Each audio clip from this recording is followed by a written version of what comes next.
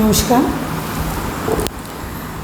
গ্রহদের প্রতিকারের জন্য আমরা যেমন বেটার রেজাল্ট পাওয়ার জন্য ভালো ভালো গ্রহরত্ন ইউজ করি, সেরকমভাবে আমরা গ্রহরত্নের পরিবর্তে উপরত্ন হিসাবে আমরা ক্রিস্টালের ইউজ করতে পারি। ক্রিস্টাল আমাদের শরীরের যে চক্রগুলো আছে সেই চক্রগুলোকে ব্যালেন্স করে।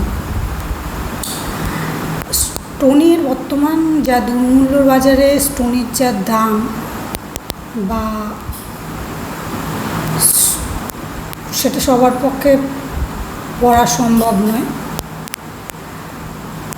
সেক্ষেত্রে আমরা যেমন এর বদলে শেকড় ইউজ করি বা অনেক সময় আমরা মন্ত্র চ্যান্ট করি বা আমরা বিভিন্ন ধরনের কবচ ইউজ করি বা হোম যজ্ঞের মাধ্যমে এগুলো যেমন কাটানো হয়, তেমনভাবে ক্রিস্টালও ঠিক একইভাবে আমাদের অ্যাস্ট্রোলজিক্যাল বেনিফিট দিয়ে থাকে। তবে এক্ষেত্রে একটা পজিটিভ, ক্রিস্টালের একটা পজিটিভ দিক হচ্ছে এটাই যে ক্রিস্টালে কোনো নেগেটিভ ভাইব্রেশন আমাদের শরীরে ছড়ায় না। যেমনভাবে স্টোনটা সঠিকভাবে নির্ণয় করতে না পারলে সেক্ষেত্রে অনেক সময় বিভিন্ন রকমের অসুবিধা দেখা দিতে পারে, কিন্তু ক্রিস্টালের ক্ষেত্রে পজিটিভিটি তো আসবেই, কিন্তু যদি দরকারও না থাকে সেখানে কোনো নেগেটিভ এনার্জি বা কোনো নেগেটিভিটি আমরা পাবো না। তো সেই জন্য আমরা ক্রিস্টালটা ইউজ করতে পারি। ক্রিস্টালটা র ফর্মে ইউজ করতে পারি, ক্রিস্টালটা আমরা ব্রেসলেট হিসাবে ইউজ করতে পারি।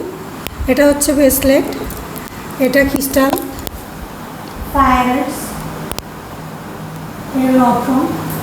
এছাড়াও আরও অনেক ধরনের ক্রিস্টাল আছে।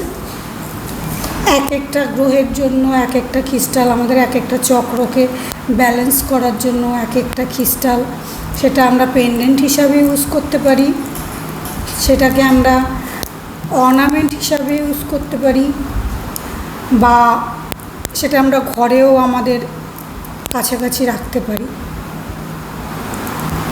তো ক্রিস্টালটা আমাদের খুব ভালো অ্যাস্ট্রোলজিক্যাল বেনিফিট দিয়ে থাকে। স্টোন না করতে পারলে আমরা অবশ্যই এই ক্রিস্টালের যে বিভিন্ন প্রোডাক্টগুলো আছে এগুলো আমরা ইউজ করব এবং আমাদের জীবনে অনেক অনেক সুফল লাভ করতে পারি।